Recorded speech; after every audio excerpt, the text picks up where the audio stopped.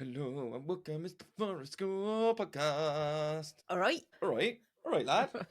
all right, mate. All right, lad. Welcome to the Forest School Podcast, where we talk about none of them things. We talk about cows and that, and maybe some shadows. Look at that great goose there. Look at that great goose there. What? That great goose. Yeah.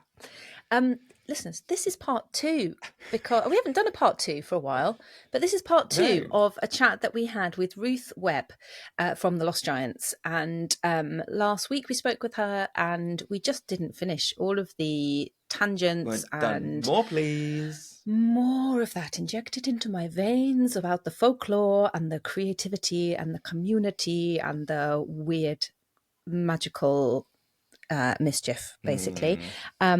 So Ruth very kindly joined us again this morning, and we spoke about slugs. We spoke about masks versus masking. We spoke about ninnies and teasers. Ninnies and teasers and fools. And fooling. Oh my God. And then, listeners, I basically smashed up Monday morning by asking some quite heavy questions, which literally made the three of us burst into tears, which I think might be a first for the podcast. So we all had a bit of a weep. So this isn't exactly like a trigger warning, I don't think, but it's like a weeping warning. It's a weeping warning. Yeah. Weeping warning. Yeah. And you've assured me, Lewis, that Riverside cuts out incredibly long pauses where nobody says anything for ages because they're just weeping. So the pauses won't be in there. The pauses might not be in there, but you'll have to imagine the pauses, listeners, like that when we crying, we did take quite a long time to do some crying, and then we came back, and then it was all jolly again and fine. Yeah, we talked about it was very cathartic. It was. Of course, I went full Shamewell and had to text Ruth afterwards going, I'm really sorry if I ruined your week. Ruth. And it was okay. She was fine. So yeah. To be clear, you weren't rude. You didn't say anything heinous. We just mentioned a topic about. We were talking about protest and things, and you'll hear it when it starts to come up, listeners. When we get towards that kind of topic, and it just got a bit much, got a bit real. So heads up, weepy warning for when we start getting towards protest talk. Yeah. But it was lush. I'm so excited for people to hear this. I hope you enjoy it. Oh, before we go, always catch it right at the end. There's more and more people on the Patreon. I've been very busy. I've been writing, because everybody that joins the Patreon, I write them a little handwritten postcard to say thank you, and it's a special Forest School podcast postcard that they can't get anywhere else, and I write them a little handwritten thank you, and then I post it and I sneeze it all over it, and they've all got my lovely germs in the post. So if you want my lovely germs, do you kiss it with tongues? Yeah. This is how much I love you, Patreon. Yeah. So you too could be the recipient. Oh yeah. It's like OnlyFans, but imagine if we did that. Imagine if we had an OnlyFans page. That could be a whole thing. I got enough slightly dodgy comments on the kilt videos. Kilt videos are clearly also okay. I know. Listen, this is me thanking the people on Patreon. I showed my wife a comment because a thing has happened on the social medias where people have stopped talking to me and started talking about me. Oh, I love that. That's so great. So it's my favourite thing. To each other, right? They clearly this is too big. But someone's used the word quite in I don't know which way, but it just meant awesome kilt. Also, he is quite handsome. And the word quite is I think Americans use it to mean a lot, but I think British people use it to mean meh. Quite handsome, I guess. Yeah, it's quite, I suppose, for a man in a skirt. Wow. Oh my God. So if you want, I've never been called quite handsome on Facebook. You're quite handsome. I'm jealous.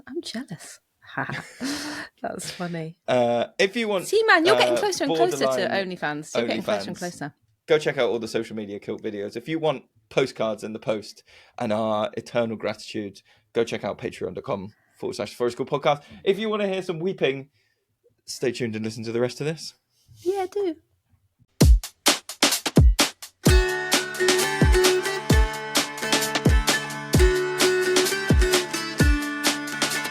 Welcome to the Forest School Podcast, a show where I, Lewis, and my co-host, Wem Southerner, set out to explore a shared pedagogy. It's a space where cerebral thinking matters more than craptivities, where educational purpose outweighs pretty resources, and where inclusion is more than just a buzzword. Join us as we overthink the trivial, deep dive into whatever sparks our dopamine, and reflect on what it means to truly hold space for others, holistically and without judgment. Thanks for being here. We hope you enjoyed this episode.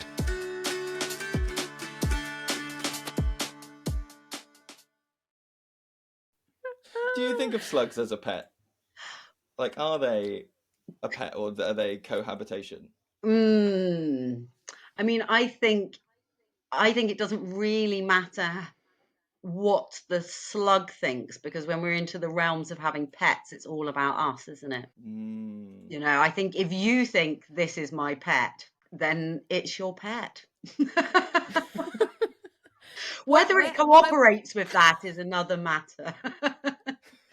I am interested in the line between "this is my pet" and cross-species adoption.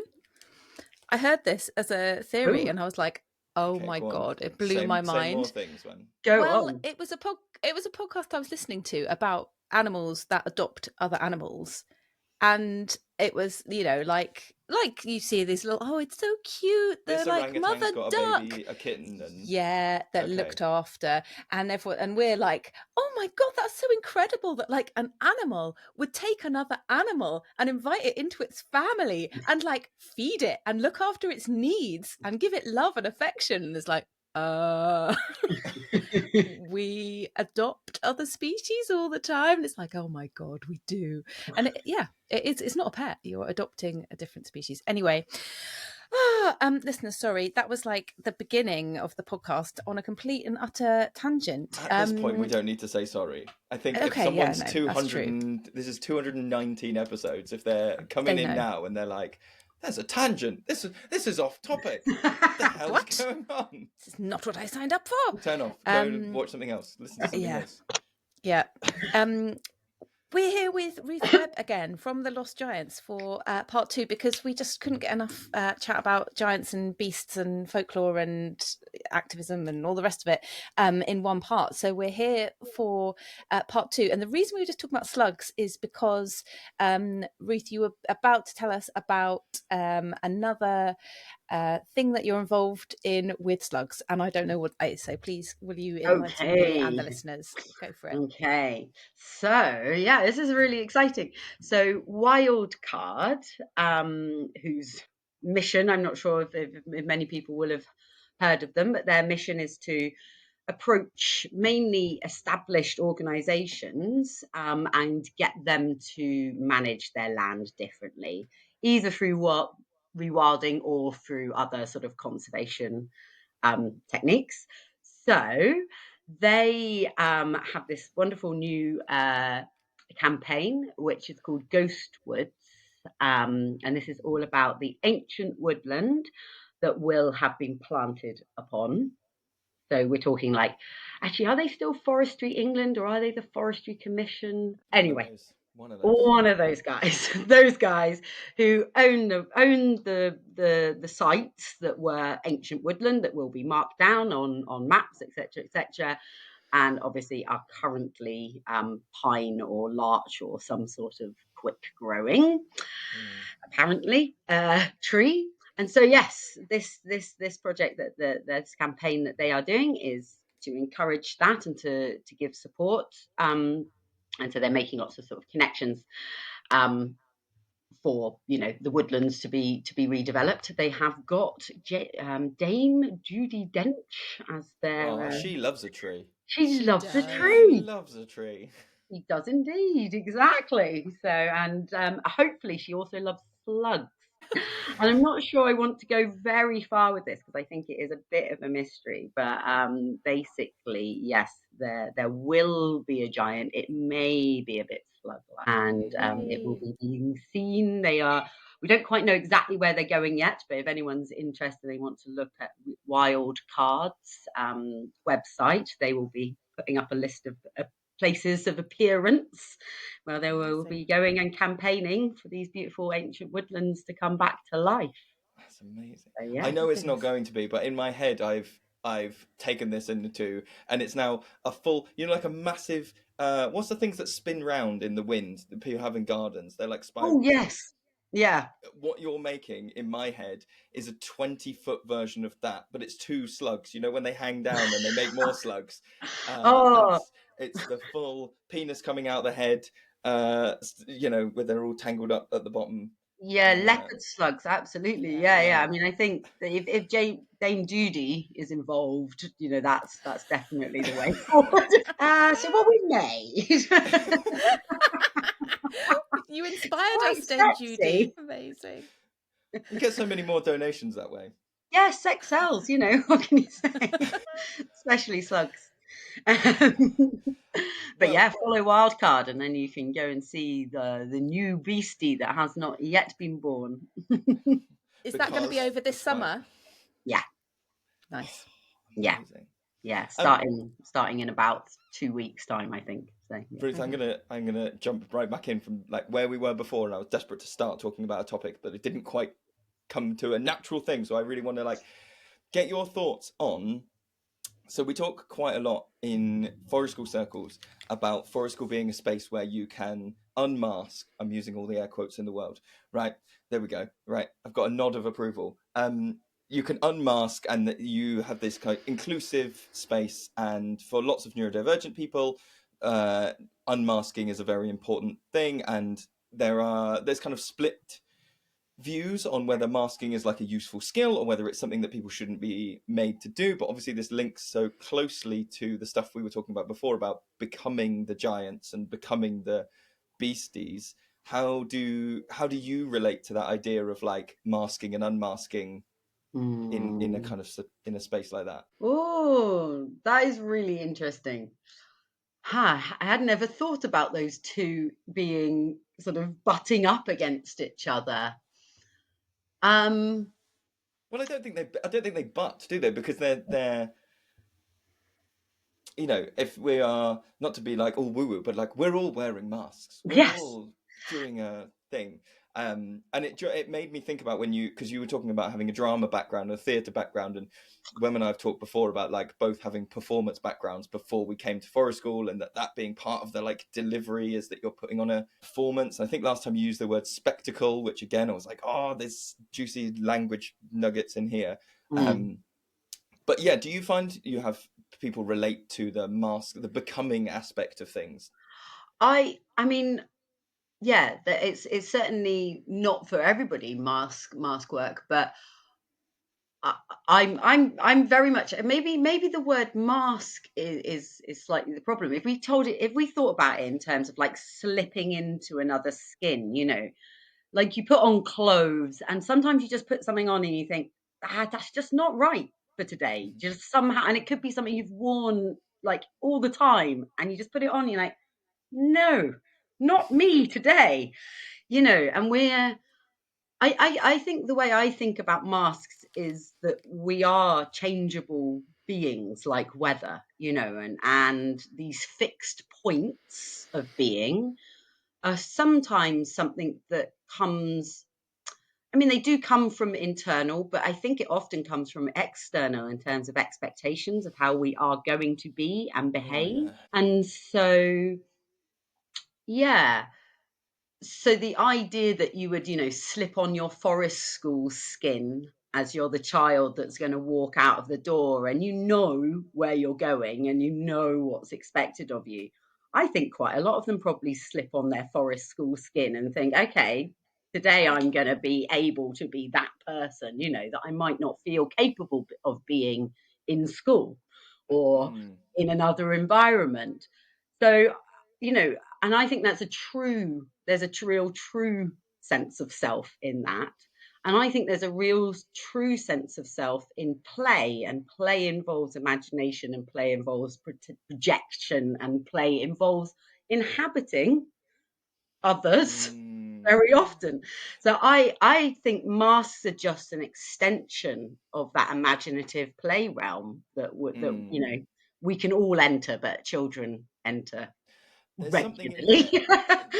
There's something in there, isn't there, about you you're saying that there's a when we slip on these different personas or costumes or whatever you want to call them, and there being a truth that is in there, that we're just kind of like maybe like highlighting different bits, like part work of something. And then Mm. there's something even, there's another bit of that which is like, I think why it's so important to have, if we have, like, we have a big dressing up box in the woods, and it's some of it is costumes, like, you know, this is a Elsa dress, this is a police officer's hat and stuff, but some of it is just random scraps of like fake fur fabric or random scraps of things.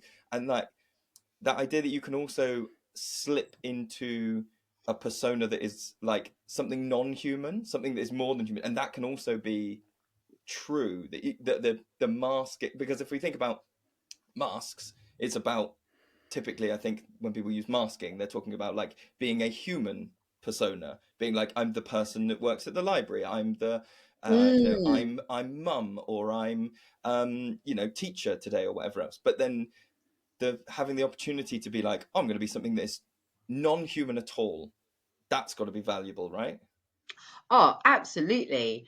And I think, you know, very lightly you can do this with anybody. You know, it's like, okay, let's all start making the noises, or all start getting embodied into sort of movement of fox. Okay, movement of fox is so different from movement of rabbit. Okay, let's play with that. And I think that, you know, you can really keep on pushing yourself into those imaginary spaces of being anything other. I mean, I think if you say to children, it's probably actually much easier to inhabit things that don't have an obvious way of talking and a Mm. responsibility. If you say, let's all be wind, you know, great. Fart noises galore. Fart, not, yeah, you're right. There is a lot of fun. Wind is a bad one. Water. Yeah, you're right. I made that mistake in a workshop. It was just a lot of fart noises. It's not a Uh, mistake, it's an excellent choice. I'd have leaned yeah, into it. but yeah, I think, you know, there's something almost easier once you're in the right supportive space. It's not asking you to act, you know, okay, you're now a policeman and I will have words and be expected to deliver them. If you're an animal, you know, or a sort of an element of some sort, nobody can tell you you're wrong. Yeah, You yeah, know, yeah. um, and I think everybody's got that. Well, not everybody necessarily, but I think most people have access to their wilder sides. It just needs to be really carefully held for some people, and for other people, they'll just go for it. If you say you're a fox, they're like, okay, great, I'm a fox, Yeah. no problems. Yeah. But yeah, and I think that embodying other other creatures, other natural things around us is a wonderful way of attempting to help ourselves step outside of the human centric world that we live in. So yeah, I think a lot of embodying of other beings is really useful work, and goes Mm. perfectly with forest school. Yeah. I was going to say, you mentioned doing that in workshops. Is that something that's part of your creative process in terms of developing beasts or giants, or is that kind of just a separate thing that you might do in your forest school work? No, that's definitely very much related to giants. Quite often, we will have a project. So say there's a project with a school, or schools are easiest to sort of talk about. Quite often, to go alongside the main creation, be that a sort of folk beastie or a giant, then there will be a series of costumes that may or may not be a mask, but you're still asking a similar thing from those children. And so yeah, they won't generally have enough time to fully develop characters, but we'll do stuff like create a bit of movement, do a few games, so that then when they are with the being, they've got something to do, and they are embodied in, you know, in their costume that they're wearing. So yeah. That's great. That's great, because that is an important element of it, I guess, in terms of any community that is developing a giant or a beastie or a procession or some kind of event or ritual or happening. That you've obviously got the creation of the giant or the beast, and you've got perhaps processing, but like what goes alongside that, you know, especially in most communities that maybe have never done this before, or they have, but it's like back in the ancestral memory, and you're trying to create this event and people going, well, what do I do then? Like, you need a role, you need a purpose, and that's a really interesting thing to think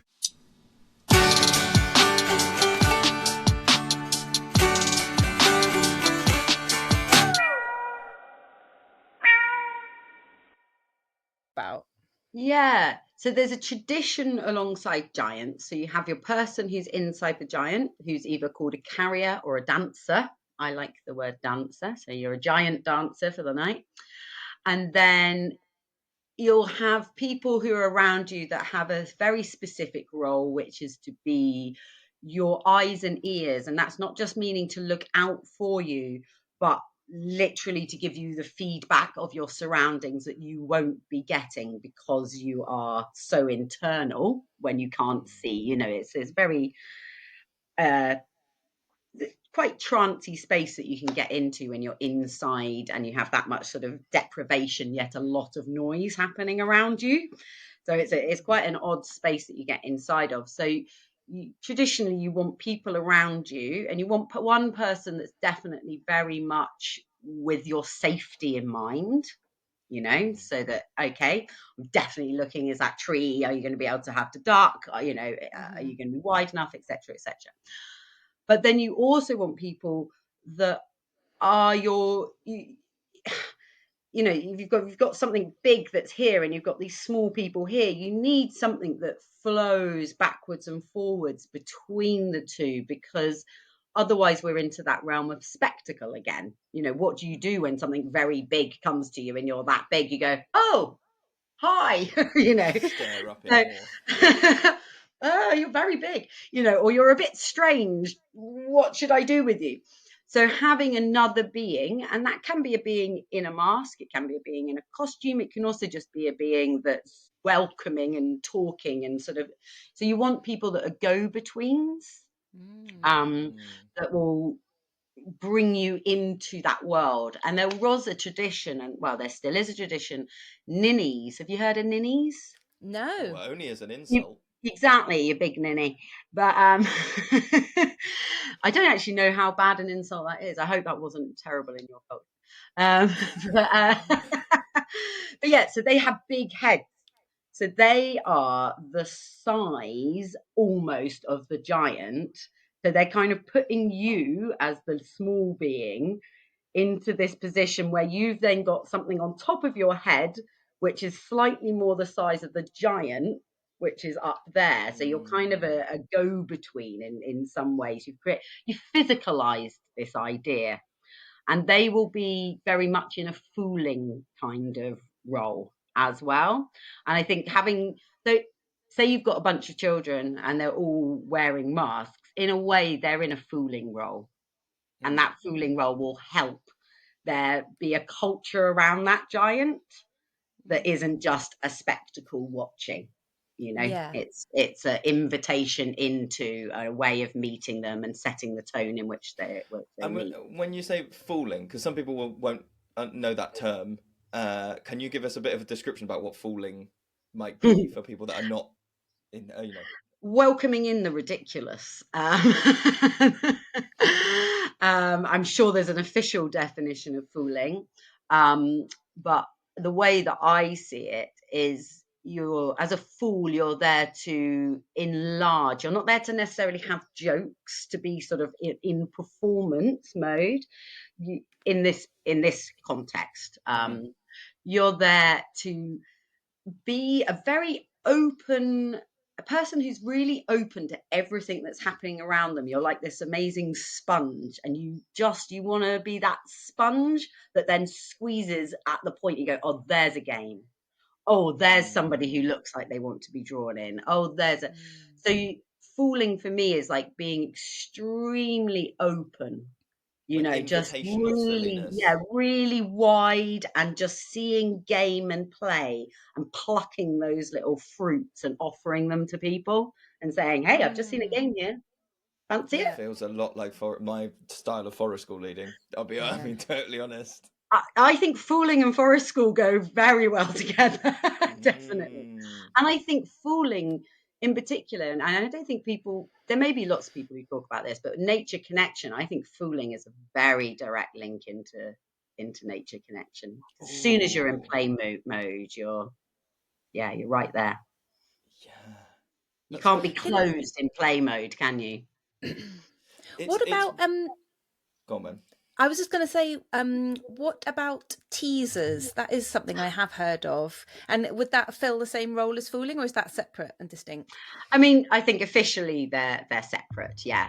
But Hmm. I would say that they have you can make them have a similar role. So each single tradition will have a very specific different way and that they will do. But, you know, if you're wanting to make up your own, which is what quite a lot of people are wanting to do at the moment, then yeah, teasers have a similar role to fooling, but teasers will be, they'll generally have something, maybe a stick, maybe a little emblem. They can have a mini person of the beast. That's quite common. A Mm. bit like Punch and Judy. Have you ever seen the beating stick where sometimes it has a mini Punch's face in there? So Oh, it's like yeah. playing around with that scale sort of size thing again.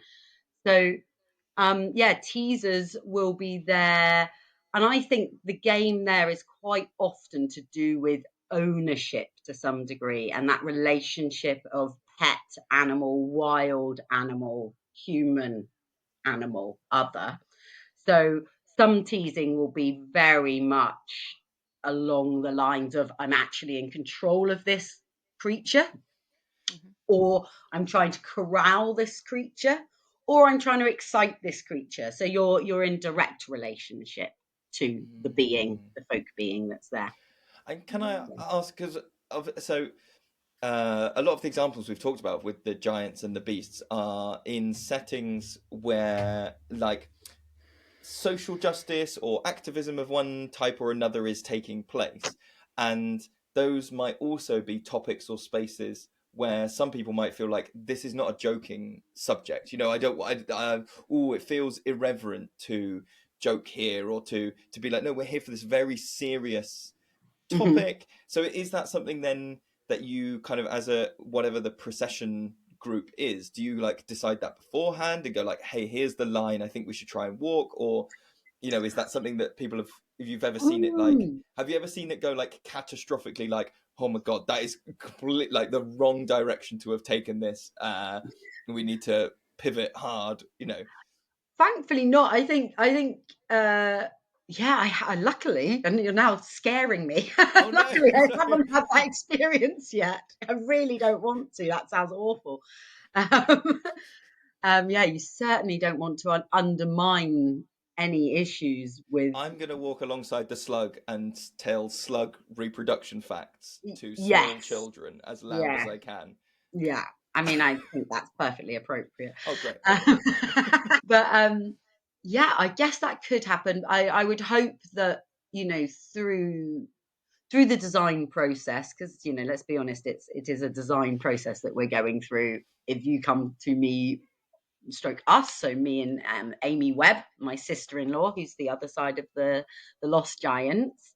So if you come to us and you give us a brief and you say it's going to be this and it's about that, then hopefully we've had enough conversation that that shouldn't ever happen. But things can go in between states. So Crocken, for instance, there were moments in which it was definitely somber, you know, or Mm, heavy. He had a heavy presence, and that was, you know, it was a serious calling of the land, and it's message that we're wanting to hold and embody in Crocken.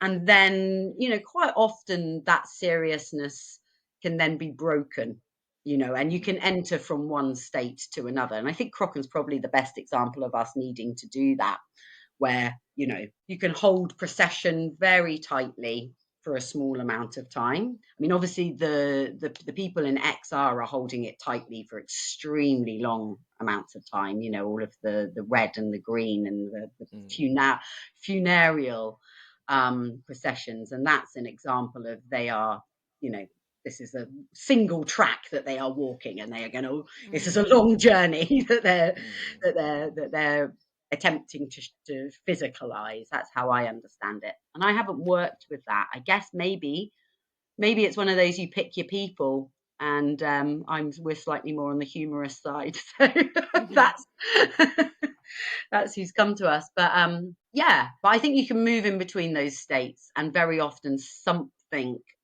else will shift, so we work with music a lot. And that's a easy shape shifter, isn't it? And that will just change a space very, very much into, okay, and now we're all allowed to breathe and to move and to dance and to inhabit. So yeah. I wanted to talk about that kind of intersection of forest school, art, activism, and how we might protest creatively, especially in the current climate where we're hearing about action groups being prescribed. We are seeing a clampdown on protest, on even meeting to plan protest. And whether you see this kind of method of activism, this kind of, whether it is more along the exile lines as you describe, or whether it is through giants or beasts or mask work, and that kind of creativity that is the potential within activism, do you think that that is going to continue to flourish and be a kind of necessary way that people can make their voices heard? Where do you see that kind of going? And why is that element of protest important, do you think? Oh yeah, that's a sort of scary edge there, isn't it? Yeah. Yeah. sorry Yeah, no, heaviness. it's okay. It's a Monday morning, Web. Sorry. Okay, so my great hope is that they won't go further, because it's such an undermining of our humanity, really, to stop us being able to group together. And whether that's in protest or solidarity or whatever it is, or celebration, why not? I mean, I don't think I want to imagine that world, actually, right now. I feel like it's incredibly important to be physically with each other. You just don't get the same sense of, okay, I am standing. It's very, we're in such a world. So I'm really struggling to answer this question. We're in such a world of individuality. I'm, even though I'm a person that works with nature connection, I still spend large amounts of time on my own, thinking, being a bit trapped and stuck. So I can't see that there is another way other than smaller and smaller protests. Okay, this would be my solution. If there is a clampdown on large protests, small, like imagine all of the forest schools all had a message and we all decided to shout it on exactly the same day. This is where social media actually becomes a tool and a friend, because it's getting to a bit of a weird state. And I'd say actually almost the image is becoming more important than the action. Okay. So very often people want to capture an image. So using a giant is a very good way of capturing an image. And so I wonder whether we might, or this is a bit of a weird territory, I wonder whether we might be heading into that realm where actually we show ourselves through images, and the multiplicity of images creates the fact that it is a widespread action. I don't know. There's something there that's like, because I think one of the things that speaks to me when I see these things of like giants at protests, as opposed to like, what you're saying, like that individuality thing of like, you see a sign, or when I see a sign that's written with a message, they can be very powerful, but it's still individualized because it's still, one or maybe two people holding this message. And so I know that there's been connection of those two people.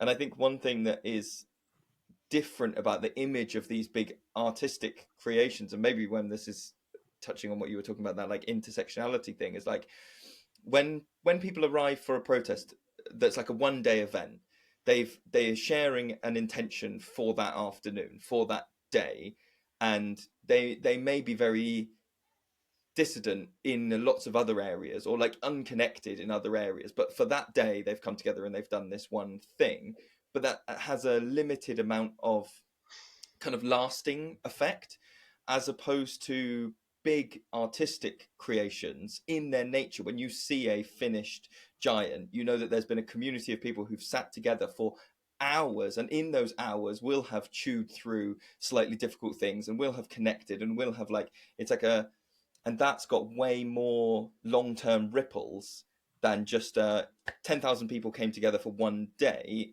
Is very different to all these little pocket communities have sat and connected for hours and hours and hours, and here's the show. Does that speak to what you mean? I mean, I think that's really, I think that's really interesting. I wonder, I think there's a bit of an integral problem with this, which is, what does it mean to all stand together, and what does it mean to attempt to be listened to? And we've got, you've got from our side, you've got okay, we've all made something, or okay, we've all stood together. But actually, that's important to me, and it's important to the us that stood there and did it. But what's the importance outside of that moment? What gets listened to? We're into the realm of speculation. I think that there is unless the protest is absolutely massive, and even the absolutely massive ones aren't getting listened to anymore, are they? I mean, it's quite bleak, really. The amount of people that can turn up for something and still not get listened to is extreme. So I don't know whether creating something, and everything you said is very right and beautiful, that should have a message of, we absolutely have thought and cared about it.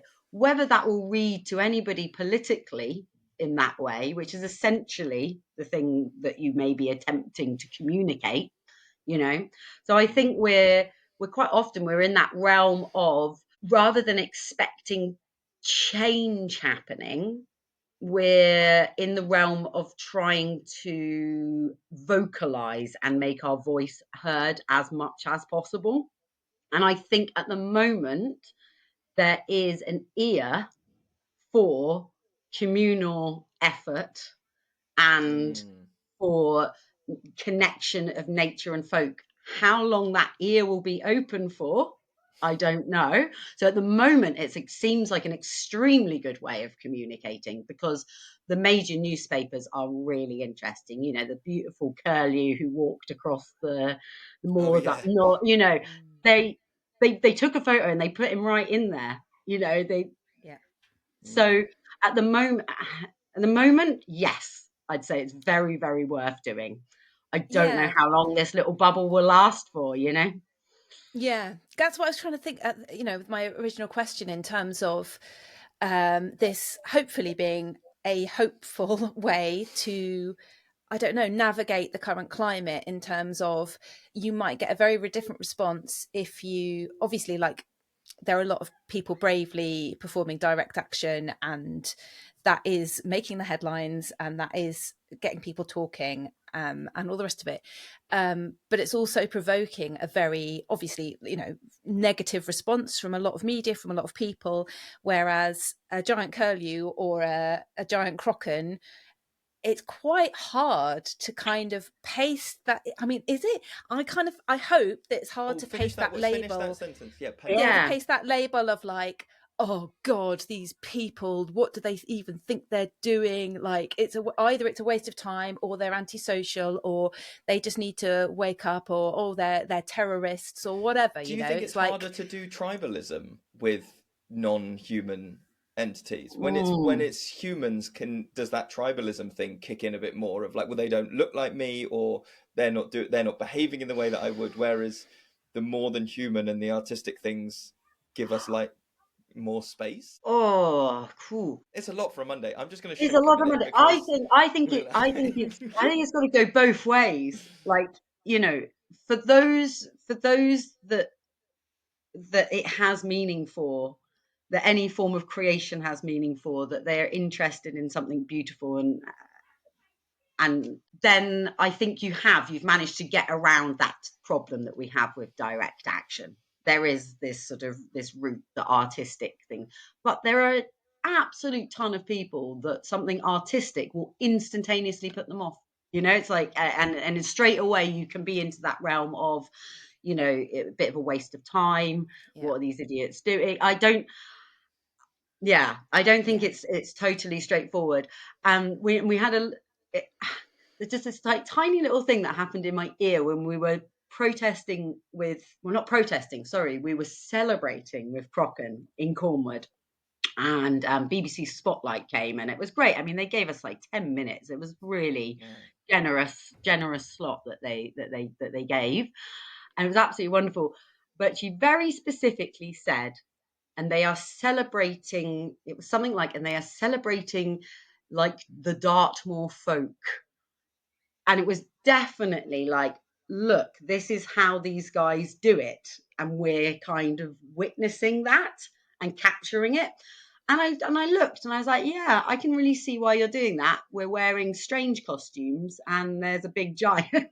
And that's newsworthy to some degree for some people. But for other people, I imagine it can be a right turn off, to be honest. I don't think there's ever going to be one way that you can capture everybody, No. But I think then I would argue it on the other side and say, if you make something beautiful enough, then it can draw people in. And yeah, you're right. It doesn't have that individual banner response. It has a But maybe it's broader useful for message. that it can Yeah, wiggle in between the cracks, exactly. It's that really kind of it's just sneaky in a really playful, joyous way. I don't know, that's how I see it. That's how I want to believe that more and more people can hopefully become involved in this, as you say, if it's their cup of tea. And that I'm hoping it's, if you're looking at it from a bleak perspective, it's like harder to arrest some people who are sitting there, as you described, ripping fabric into strips, than it is to arrest some people in a Quaker meeting house talking about what they might do about the state of the planet. It's like, I don't know. It could be, Yes. and that one thread in the warp and weft of activism, I would hope. Yeah. But I mean, I just think whatever it does externally, if it does something good for you internally, and that meaning, how you all feel when you're together and how you feel in yourself, then, that's kind of the only thread you can follow, isn't it? And I know some people are bigger and cleverer than me and attempt to shape the world in political ways, but I don't have that inside of me. And I think a lot of people don't. So what you can give and what makes you feel part, and what vocalizes and visualizes ideas and concepts that you're struggling with, and that's massively important, because essentially, I could cry actually. Sorry. It feels hopeless sometimes, and being hopeless is an awful state to be in. And I think if there's anything that you can give that makes people feel less hopeless, that in itself is a gift that's worth giving, isn't it? Oh, well said. Oh, sorry. We're all crying, listeners. It's a big deal, isn't it, being a human at the moment? Yeah. And there's so many sadnesses. Your heart could break every day. It does. So whatever gets us through, bit of mischief. Bit of mischief. It's definitely an antidote to tears and feeling together. And if we don't feel together, then what have we got?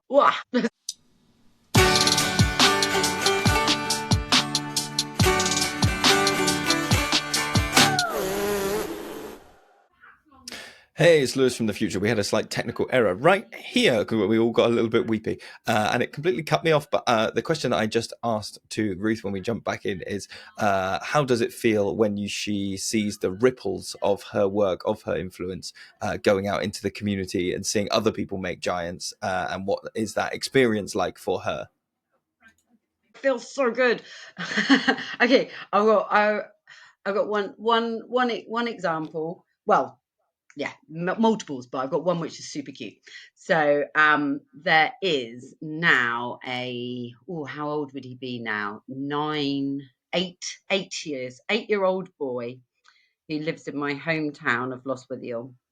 And he got a giant obsession. He came to a couple of the workshops, and he got a proper giant obsession, like literally like on Facebook every morning looking at our giants apparently. And his mother's been in communication with us. And last year he built his very first giant, and he made the face. He spent like 3 months on it. He made the face himself. He did it out of paper mache. His dad helped him make the body, and this year he processed it in our procession that we have, which is quite a late one. And he was a 7-year-old boy, and he didn't know whether he could stay up all night and carry his giant. And he absolutely nailed it. And we sort of gave him a little badge, and we welcomed him into the giant fold. But yeah, so he's our cutest example, I think, of somebody being properly inspired and thinking like, this is it, giants, this is where we're going. But I think, there are so many now, and it's becoming quite a thing, isn't it? I've got an issue, we're going to talk about it, we want to make something visual. So I've had a lot of people contacting us, any tips, any advice, or also this new thing that's going on, which is, I've made a giant, shall we meet up? Which I think is a very interesting idea. Giant I was talking totally, which has always been my dream anyway. Every village or town that wants to have one, and we could have the whole southwest, and then we can have a rumpus somewhere in the middle. I love this. It would be so good.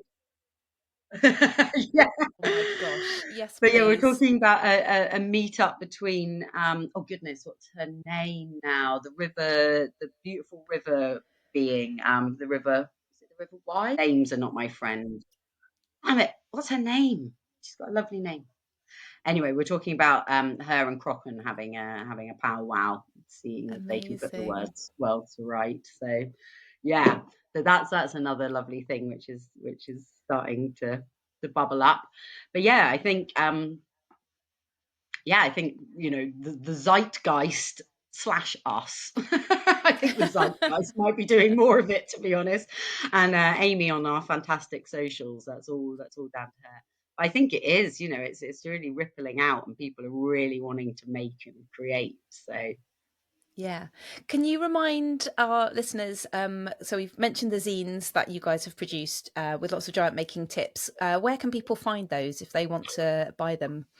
So I think you contact us on the Lost Giant Makers, which is an Instagram account. We call ourselves the Lost Giants, but we had to put makers in at the end. And then you contact us directly. And we have got a few more. We're running a bit lower now, and they were a one-time only print, I think, unless they've become very popular. Okay, yeah.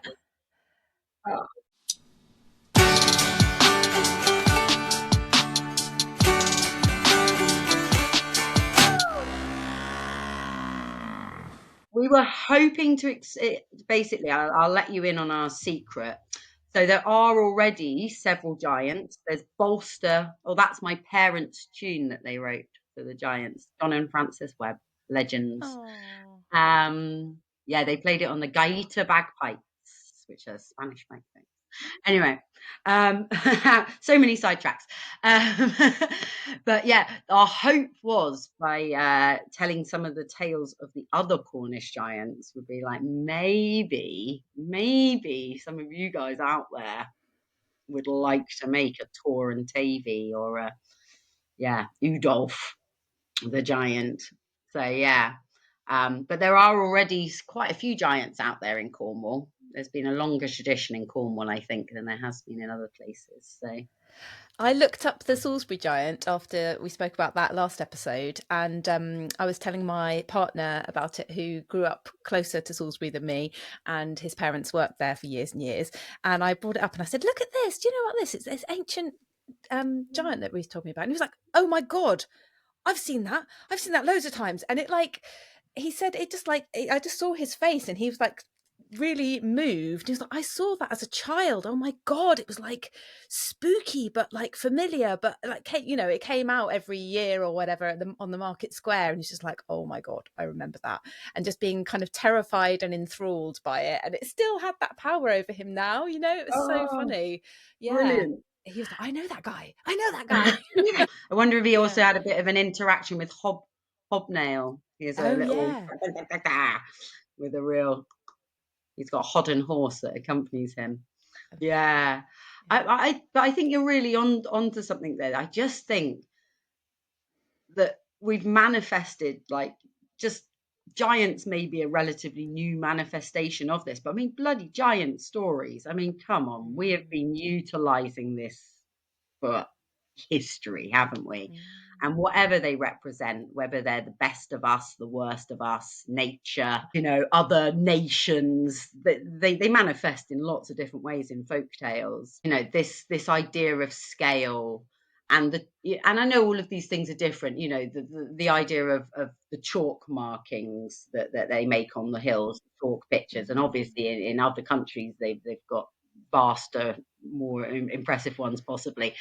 But this idea of scale again, to honour something, and we do it in statue all the time, don't we? You know, we want to make Queen Victoria look great. We're not going to make Queen Victoria in the scale of Queen Victoria. We're going to enlarge her. There's just something very, very innate within us.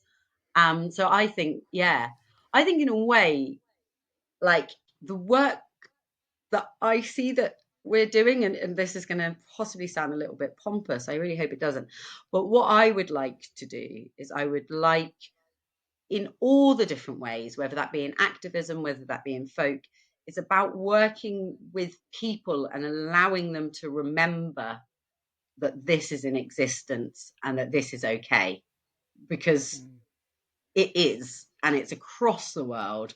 And the places where it isn't happening is because it's been stamped out. You know, there's a reality there. Is most people don't drop their own cultures. Like, oh yeah, I've done that.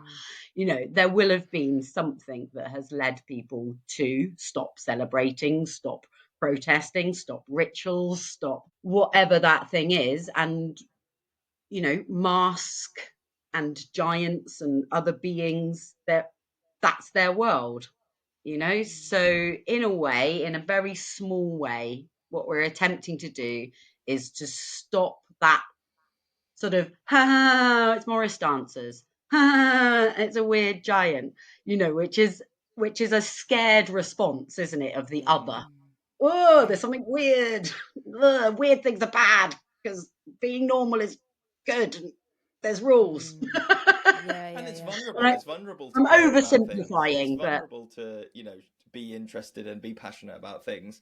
And Wem and I just went to a thing with the author Robin Ince, and he was talking about how, you know, showing any kind of passion in some scenarios is then a weapon that can be used against you. So, you know, normalizing absolutely. these things, and you know, It's also it's a list. I was investigating childhood trauma, as you do, and ACEs, adverse childhood experiences, and it's actually listed on, they don't call it antidotes, but they call it like a moderating factor or something like that. So you've got your list of ACEs, and then obviously the higher ACEs you score, the more fucked up you're going to be in many different ways.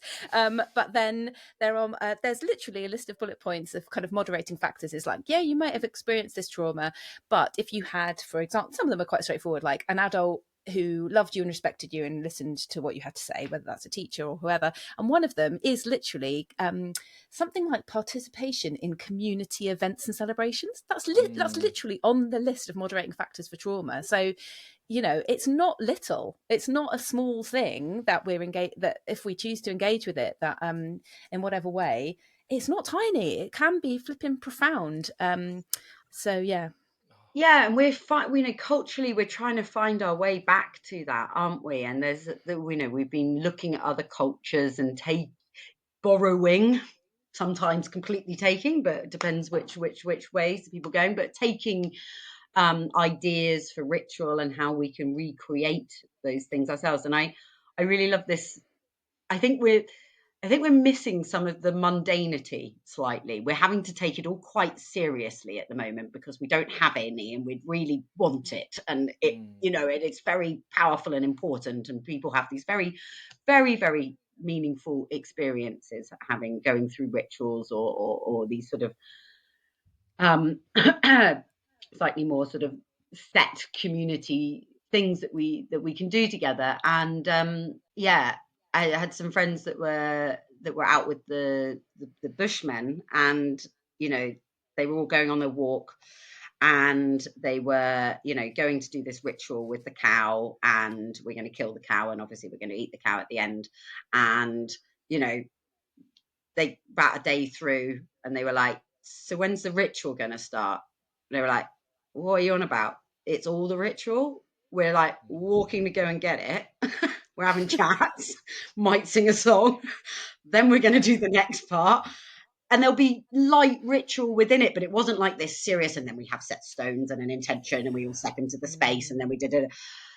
And I think there's quite a lot of work to be done around how much very precise, organized religions have created a concept of what is then ritual, what is then community, what is then intention. And actually it could be something much lighter and just being in joy with other people whilst doing something. Why isn't that? That's in that film, The Ballad of Wallace Island. Have you guys seen that with Tim Key? Oh, it's so good. You got to see it. But there's one bit where Tim Key says to some of the characters, "Oh, we can't leave tomorrow. It's I think it's Seaman's Day. I think is what he calls it, or Seafarer's Day or something." And they're like, "Oh, right, Seafarer's Day. Okay, we'll stay for that. We'll stay for that." And they get all dressed up, and they're like, "So it's Seafarer's Day. Like, what's happening?" And they're like, "What do you mean? What's happening?" It's just Seafarer's Day. That's what happens. Everyone on the island says Happy Seafarer's Day to each other, and you all remember that it's Seafarer's Day, but nothing happens. What do you want about? Anyway. Well, shameless self plug, because we did an episode some time ago now with Isla MacLeod and her guide of how to create rituals and things, and a lot of her work and her book was like, it can be the smallest thing. It doesn't have to be this solemn grand thing. It's it's, if anyone wants to explore those ideas of ceremony and ritual in a non-solemn and didactic way, go find that episode somewhere and have a listen to it. Ruth, I'm conscious that I could talk to you genuinely all day, and that maybe it becomes episode 3 and 4 and 5. But perhaps we pause here and we check back in next time you've had more Slugs and Judi Dench exposure. But thank you so much for talking to us both last week and this week. It's been incredible, so valuable, and I hope it wasn't too much for a Monday morning. No, we've worked through it. It's good to jump through that portal of pain. So is a ritual, But thank you. No, thank you so much for making the space and for thinking of of the world and how we be in it so beautifully that you can ask questions. So yeah, thank you both. Well, thank you so much, mate. Thanks. Call it there. Bye. Bye.